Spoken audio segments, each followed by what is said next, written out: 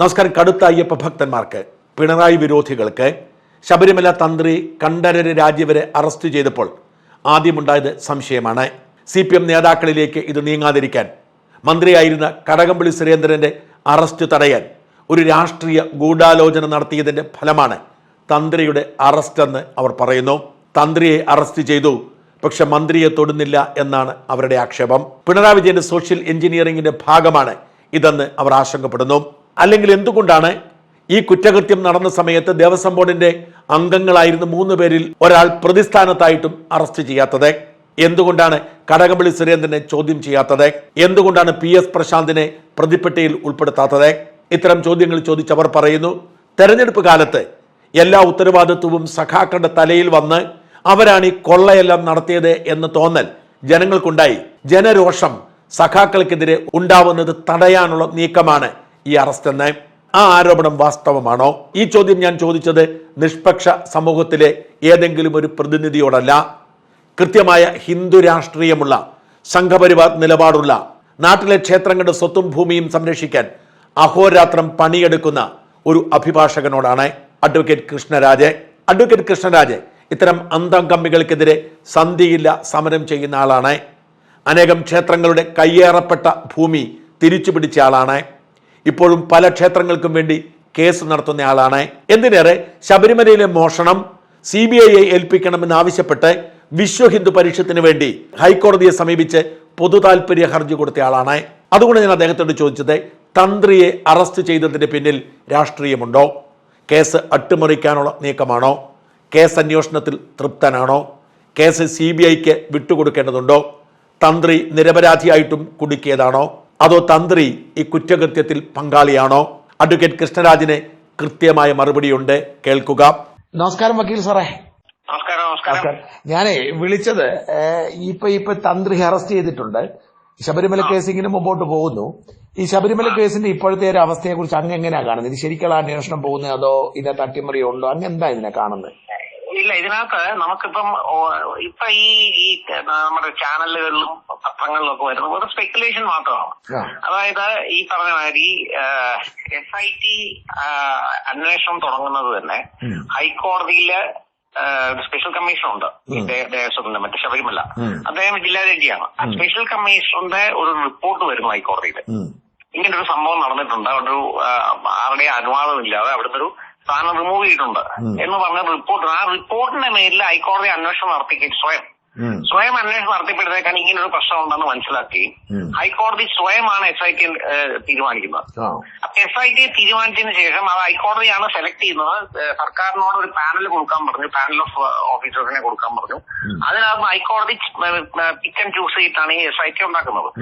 എന്നിട്ട് ആദ്യത്തെ ഓർഡറിൽ തന്നെ SIT ഒരു കാരണവശാലും ഗവൺമെന്റിനോടോ മറ്റാരോടും റിപ്പോർട്ട് ചെയ്യേണ്ട, ഓൺലി ടു ദ ഹൈക്കോർട്ട് എന്ന് കൃത്യമായിട്ടുണ്ട്. പത്രപ്രവർത്തകർക്കും മാധ്യമത്തിനും ഒരു കാരണവശാലും ഒരു ഡീറ്റെയിൽസും കൊടുക്കാൻ പാടില്ല എന്നുണ്ട്. ഇപ്പൊ കേസുകളുടെ ഹിയറിംഗ് നടക്കുന്നത് ഇൻ ക്യാമറയാണ്. ഇൻ ക്യാമറ എന്ന് പറഞ്ഞാൽ കോടതിക്കകത്ത് സകല ആൾക്കാരെയും പുറത്താക്കും. ലോയേഴ്സിനല്ല, ഇവൻ ഗവൺമെന്റ് ലീഡർ, സർക്കാർ വക്കീലിനെ, കോടതിയിലെ കോർട്ട് ഓഫീസറുണ്ട്, ബെഞ്ചിൽ ഇറക്കം പറയുന്നത് കോർട്ട് ഓഫീസേഴ്സ് ഉൾപ്പെടെ സകലമായ ആൾക്കാരെയും പുറത്താക്കിയിട്ട് 2 ജഡ്ജിമാരും, ജസ്റ്റിസ് വിജയരാഘവനും ജസ്റ്റിസ് ജയകുമാറും, ഈ 2 പേരും ഈ പറയുന്ന പോലീസ് ഓഫീസറും മാത്രം ഇരുന്നാണ് അവിടെ കാര്യങ്ങൾ ചെയ്തുകൊണ്ടിരിക്കുന്നത്. അപ്പം ടോട്ടലി ഇത് വളരെ സീക്രട്ട് ആയിട്ടുള്ള ഇൻ ക്യാമറ എൻക്വയറി ഇൻവെസ്റ്റിഗേഷൻ ആണ് നടക്കുന്നത്. ഈ സാധാരണ ഈ ചാനലുകളിലൊക്കെ വരുന്ന ഈ ഇൻഫർമേഷൻ ഇപ്പൊ കാണുന്നതൊക്കെ എല്ലാം ഈ റിമാൻഡ് റിപ്പോർട്ട് കൊടുക്കും ഓരോ പ്രതികളുടെയും മൈസെറ്റ് കോടതിയിൽ. ആ റിമാൻഡ് റിപ്പോർട്ടിൽ നിന്ന് കിട്ടുന്ന ചില്ലറ നക്കാപ്പിച്ച് വെച്ചിട്ട് സ്പെക്കുലേറ്റ് ചെയ്തിട്ടാണ് ഈ കാര്യങ്ങളൊക്കെ നടക്കുന്നത്.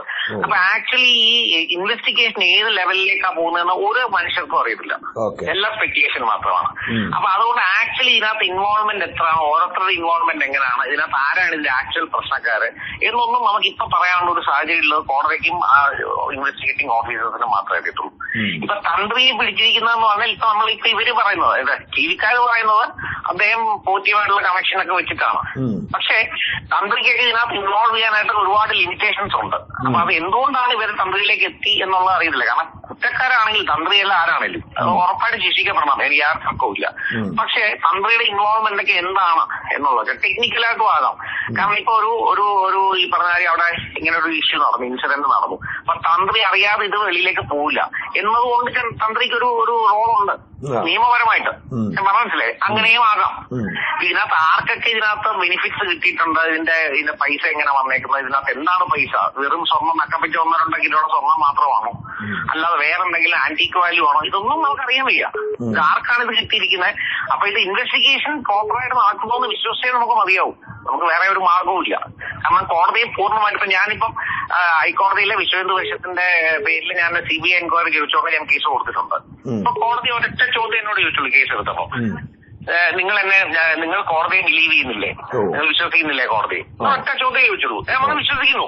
ഞാൻ ഇപ്പൊ തൽക്കാലം പ്രയർ പ്രസ് ചെയ്യുന്നില്ല, ആ റിപ്പറ്റീഷനോടെ കിടന്നോട്ടെ, ഞാൻ പ്രയർ പ്രസ് ചെയ്യുന്നില്ല. അതാണ് എന്റെ സിറ്റുവേഷൻ.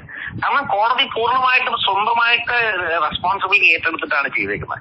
അപ്പൊ ഇതിനകത്ത് തന്ത്രിക്കൊക്കെ ഇൻവോൾവ്മെന്റ് വരാം. സത്യം പറഞ്ഞാൽ നമുക്ക് അറിയാൻ വയ്യ. ഇത് മൊത്തം സ്പെക്കുലേഷൻ ആണ് ഷാജൻ. അതിനകത്ത് നമുക്ക് വെറുതെ ഈ പറയുന്നത് ഒന്നും വിശ്വസിക്കാൻ ഒക്കത്തില്ല. ആർക്കും അറിയാൻ വയ്യാത്ത കാര്യങ്ങളാണ് ഈ പറഞ്ഞുകൊണ്ടിരിക്കുന്നതെല്ലാം. ഇവര് പറയുന്നത് ഈ തന്ത്രിക്ക് ഇങ്ങനെ കാശ് മോഷ്ടിക്കേണ്ട ഒരു ആവശ്യം, അയ്യപ്പനെ തന്നെ മോഷ്ടിച്ച് കാശുണ്ടാക്കേണ്ട കാര്യം വല്ലതും ഉണ്ടോ? വളരെ അറിയാൻ പറഞ്ഞ ഇതിനകത്തൊരു അൺബിലീവബിൾ ആണ്. ഈ പറഞ്ഞ ടെക്നിക്കലായിട്ട് ഇൻവോൾവ്മെന്റ് കാണാം. കാരണം തന്ത്രി ഓബിയസ്ലി റെസ്പോൺസിബിൾ ആണ് അവിടുത്തെ ഇതിന്റെ മൂവ്മെന്റിനൊക്കെ. പിന്നെ ഈ പറഞ്ഞ പോറ്റിയെ കൊണ്ടുവന്ന അദ്ദേഹമാണെന്ന് പറഞ്ഞു, പോറ്റിയും അദ്ദേഹമായിട്ട് വേറെ എന്തെങ്കിലുമൊക്കെ ബന്ധം കാണാം. പക്ഷെ അതൊക്കെ കൂടെ കണക്ട് ചെയ്തിട്ടായിരിക്കും. കാരണത്തിൽ ഞാൻ പറഞ്ഞില്ല, ഇപ്പൊ ഇത് ഒന്നാമത് ഈ പറഞ്ഞ മറ്റേ പ്രിവെൻഷൻ ഓഫ് കറപ്ഷൻ ആക്ട് ഒക്കെ ഇൻവോൾവ് ആണ്. അപ്പോ ഈ ഇതിനകത്ത് പിന്നെ ടെക്നിക്കലായിട്ട് ഇൻവോൾവ്മെന്റ് മതി അറസ്റ്റിലേക്കാകാൻ. മനസ്സിലായി. മനസ്സിലായില്ലേ? കാരണം ഇപ്പൊ തന്ത്രി അറിഞ്ഞിട്ടാണ് ചെയ്തു, തന്ത്രി എന്തുകൊണ്ട് ഒബ്ജക്ട് ചെയ്തില്ല എന്നൊക്കെ പറയുമ്പോഴത്തേക്ക് അതിന് തീർച്ചയായിട്ടും ഒരു നിയമപരമായിട്ട് പറഞ്ഞാൽ തന്ത്രി മനസ്സിലായി. ഹലോ, അതാണ് എന്റെ സിറ്റുവേഷൻ. അല്ല, അപ്പൊ ഇതിനകത്ത് വേറൊരു ചോദ്യം, ഇപ്പൊ ചിലരൊക്കെ പറയുന്നത് ഇതിനകത്തൊരു പൊളിറ്റിക്സ് ഉണ്ടെന്നും, ഉദാഹരണത്തിന് എന്തുകൊണ്ടാണ് ശങ്കരദാസിനെ അറസ്റ്റ് ചെയ്യുന്നില്ല, അതുപോലെ കടകംപള്ളിയിലേക്ക് എത്തുന്നില്ല, അതിന്റെയൊക്കെ ഒരു ട്വിസ്റ്റ് ഉണ്ടാക്കി എല്ലാവരും കൂടി ആണ് എന്ന തരത്തിൽ മാറ്റാൻ വേണ്ടി ഒരു നീക്കമാണെന്നൊക്കെയാണ് ഒരു ഭാഗം ആളുകൾ പറയുന്നത്. അതിന്റെ അകത്ത് കഥയുണ്ട്. ഇതിനകത്ത് എനിക്ക് തുറക്കുന്നത് ഞാനതാ പറഞ്ഞ ഷാജൻ, ഇതിനകത്ത് നമുക്ക് ആർക്കും അറിയാൻ വേണ്ട കാര്യമാണ്. നിങ്ങളൊരു കാര്യം മനസ്സിലാക്കണം. ഈ കേസ് കേൾക്കുന്ന ഹൈക്കോടതിയുടെ ഡിവിഷൻമെന്റ് ജസ്റ്റിസ് വിജയരാഘവൻ, രാജാ വിജയരാഘവൻ ജയകുമാറുമാണ്. അതായത് ഹൈക്കോടതിയിലെ പിന്നെ 302 കേസുകൾ, സെക്ഷൻ 302 മർഡർ കേസ് ഉൾപ്പെടെയുള്ള സീരിയസ് ആയിട്ടുള്ള ഡിവിഷൻമെന്റ് കേൾക്കുന്ന ക്രിമിനൽ അപ്പീലുകൾ കേട്ടുകൊണ്ടിരിക്കുന്ന ഒരു ബെഞ്ചാണത്. അല്ലാതെ ശബരിമല മാത്രമല്ല അവര് കേൾക്കുന്നത്. അല്ല, അവരുടെ മെയിൻ എന്ന് പറഞ്ഞാൽ അവർക്ക് കൊടുത്തിരിക്കുന്ന കോൺസ്റ്റിറ്റ്യൂഷൻ എന്ന് പറഞ്ഞാൽ ദേവസ്വം മാറ്റേഴ്സും പിന്നെ ക്രിമിനൽ അപ്പീലുകളുമാണ്. മനസ്സിലായില്ലേ? ക്രിമിനൽ അപ്പീലിന്റെ ബെഞ്ചാണത്. ബേസിക്കലി ക്രിമിനൽ അപ്പീലിന്റെ ബെഞ്ചാണത്. അപ്പൊ ദേവസ്വം മാറ്റേഴ്സ് രാവിലെ ഒരു മണിക്കൂർ കൊണ്ട് കഴിഞ്ഞാൽ പിന്നെ അത് ക്രിമിനൽ ഹിയറിംഗ് കോടതിയാണ്. മനസ്സിലായില്ലേ? അപ്പൊ ഞാൻ പറയാൻ കാര്യം എന്ന് വെച്ചാൽ അവർക്ക് കൃത്യമായി ക്രിമിനൽ ട്രയലിനെ പറ്റിയും അവിടെ നടക്കുന്ന ഇൻവെസ്റ്റിഗേഷൻ ഏത് രീതിയിലാണെന്നുള്ളതിനെ പറ്റി വ്യക്തമായ ധാരണയുള്ള 2 ജഡ്ജിമാരാണ്. അപ്പൊ ഈ ഇൻവെസ്റ്റിഗേറ്റിംഗ് ഓഫീസേഴ്സ് ഡയറക്റ്റ് ആയിട്ട് റിപ്പോർട്ട് ചെയ്യുന്ന അവരുടെ അടുത്താണ്. അപ്പൊ അവർക്കറിയാം ഇത് ഏത് രീതിയിലാണ് ഇൻവെസ്റ്റിഗേഷൻ പോകുന്നുള്ളത്, അതിനകത്ത് കുറവുണ്ടോ കുഴപ്പമുണ്ടോ. എനിക്ക് ഒരു കാരണവശാലും നമുക്ക് കോടതിയെ വിശ്വസിക്കേണ്ട കാര്യമില്ല. 2 ജഡ്ജസും നല്ല ഇന്റഗ്രിറ്റി ഉള്ള ജഡ്ജസാണ്, കാര്യമായ വിവരമുള്ള ജഡ്ജസാണ് ക്രിമിനൽ ട്രയലില്. അപ്പൊ അവർ ഒരു കാരണവശാലും ആർക്കും വേണ്ടി ഈ പറയുന്ന പോലെ രാഷ്ട്രീയം വെച്ചിട്ട് ശങ്കർദാസിന്റെ പിന്നെ അറസ്റ്റ് ഒഴിവാക്കുന്നു, അങ്ങനെ ഒന്നും നടക്കുന്ന എനിക്ക് തോന്നുന്നില്ല. അത് പ്രോപ്പറായിട്ട് ഓരോ മൂവ്മെന്റും കൃത്യമായി കോടതിയിൽ ബോധിപ്പിക്കുന്നു. കോടതി അതനുസരിച്ചിട്ട് അവരോട് ഡയറക്ഷൻസ് കൊടുക്കുന്നു, ഇന്ന കാര്യങ്ങൾ ചെയ്യണം. അങ്ങനെ ആ രീതിയിലുള്ള ഡയറക്റ്റ് ആയിട്ടുള്ള കോടതിയുടെ സൂപ്പർവിഷനിലും പിന്നെ ഡയറക്ഷനിലും ഉള്ള ഒരു ഇൻവെസ്റ്റിഗേഷൻ ആണ് ഇപ്പൊ നടക്കുന്നത്. നമുക്കൊരു കാരണവശാലും വിശ്വസിക്കേണ്ട കാര്യമില്ല. ബാക്കിയെല്ലാം സ്പെക്കുലേഷൻസ് ആണ്. രാഷ്ട്രീയം നോക്കുക എന്നുള്ളതാണ്. കാരണം അത് ഹിന്ദുവിന്റെ ഗതികേടാണ്. ശബരിമലക്കൂട്ടിലെ ഏറ്റവും പ്രധാനപ്പെട്ട ഒരു അമ്പലത്തിൽ നടക്കുന്ന ഒരു കൊള്ളയാണ് ഇത് നടക്കുന്നത്. മനസ്സിലായില്ലേ? അത് വേറെ ഏതെങ്കിലും അമ്പലത്തിലാണെങ്കിൽ അങ്ങോട്ടും ഇങ്ങോട്ടും രാഷ്ട്രീയം കളിക്കുമാരും, പള്ളിയിലോ വല്ലോ ആണെങ്കിൽ.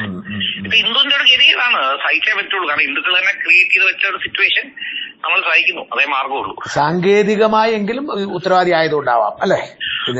അതുകൊണ്ടായിരിക്കണം തന്ത്രി സിറ്റുവേഷനിലേക്ക് വന്നത്. Okay sir, thank you. Okay, thank you.